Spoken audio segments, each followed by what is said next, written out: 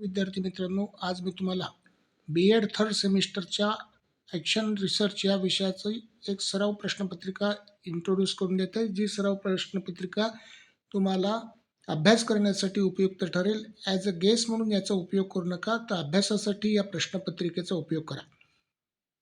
मी प्राध्यापक M R Joshi, M A मेडसेट, श्री शारदा भवन शिक्षण संस्थेचे अध्यापक महाविद्यालय नांदेड येथे सध्या असिस्टंट प्रोफेसर या ठिकाणी कार्यरत आहे. चला तर पाहूया action research B Ed third semester ह्या विषयाची एक सराव प्रश्नपत्रिका प्रॅक्टिस पेपर. सुरुवातीला दिलेली माहिती वाचा. This question paper contains 2 printed pages. या ठिकाणी कोड आहे JC09 2023 faculty of education interdisciplinary B Ed second year third semester examination CBCS pattern education subject आहे. ॲक्शन रिसर्च हा मूळ सब्जेक्ट आहे. प्रॅक्टिस पेपर त्या ठिकाणी दिलेलं आहे. तर टाईम ड्युरेशन आहे 3 आवर्स आणि मॅक्झिमम मार्क्स आहे 75. नोट बी म्हणजे सूचना. Question number 1 is compulsory. From question number 2 to 4 solve any 2. From question number 5 to 7 solve any 2. पहिली सूचना प्रश्न क्रमांक 1 अनिवार्य आहे. दुसरी सूचना प्रश्न क्रमांक 2 ते 4 पर्यंत कोणतेही 2 सोडवा. तिसरी सूचना प्रश्न क्रमांक 5 ते 7 पर्यंत कोणतेही 2 सोडवा. मित्रांनो, ह्या सूचना वाचणं गरजेचं आहे, कारण याच्यामध्ये असं दिलेलं आहे की पहिला प्रश्न हा कंपल्सरी आहे, अनिवार्य आहे. प्रश्न क्रमांक 2 ते 4 पर्यंत कोणतेही 2 सोडवा आणि प्रश्न क्रमांक 5 ते 7 पर्यंत कोणतेही 2 सोडवा. या सूचनानुसार तुम्हाला प्रश्नपत्रिका सॉल्व करायची.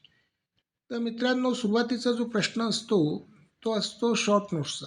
तर तो शॉर्ट नोट्सचा जो प्रश्न आहे हा 15 मार्कासाठीचा असतो. जसं आता या ठिकाणी write short notes on any 3. A. Interview. B. Principles of action research. C. Survey method. D. Case study. E. Scope of action research. तर 15 मार्कासाठीचा क्वेश्चन आहे. फक्त 3 टिपा लिहायच्या आहेत. कोणत्याही 3 मराठीमध्ये थोडक्यात टिपा लिहा. कोणत्याही 3. ए. मुलाखत. बी. कृती संशोधनाची तत्वे. सी. सर्वेक्षण पद्धती.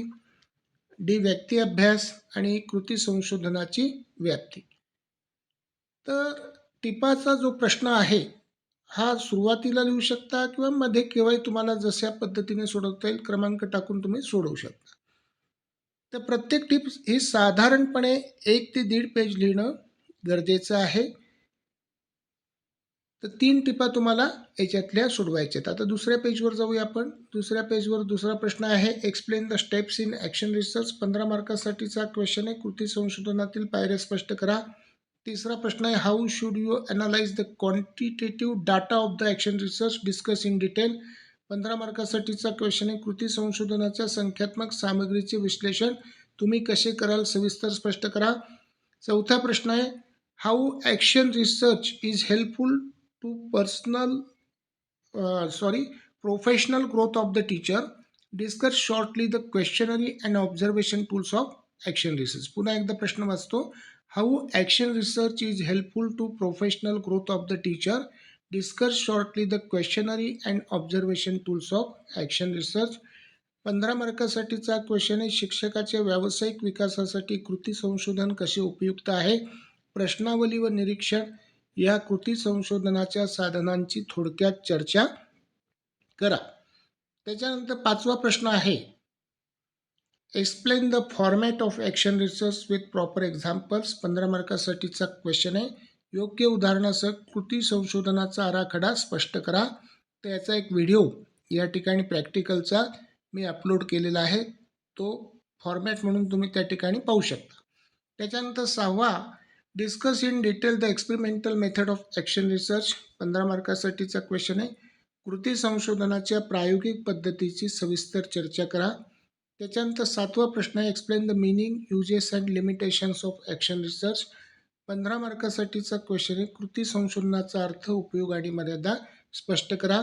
तर याच्यामध्ये 5वा 6वा 7वा याच्यातून कोणते 2 प्रश्न सोडवायचे आहेत आणि दुसरा तिसरा चौथा याच्यातून कोणतेही 2 प्रश्न तुम्हाला सॉल्व करायचे आहेत.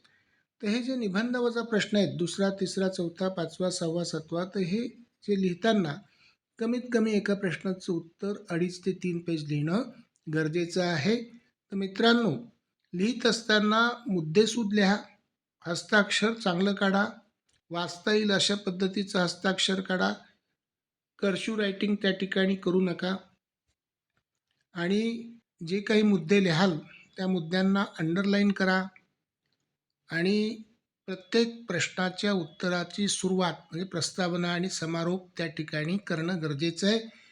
त्या ठिकाणी प्रस्तावना असा शब्द लिहायची गरज नाही, पण एक 2-3 ओळीचा त्या ठिकाणी प्रस्तावना असली पाहिजे आणि समारोपसुद्धा 2-3 ओळींचा त्या ठिकाणी असला पाहिजे.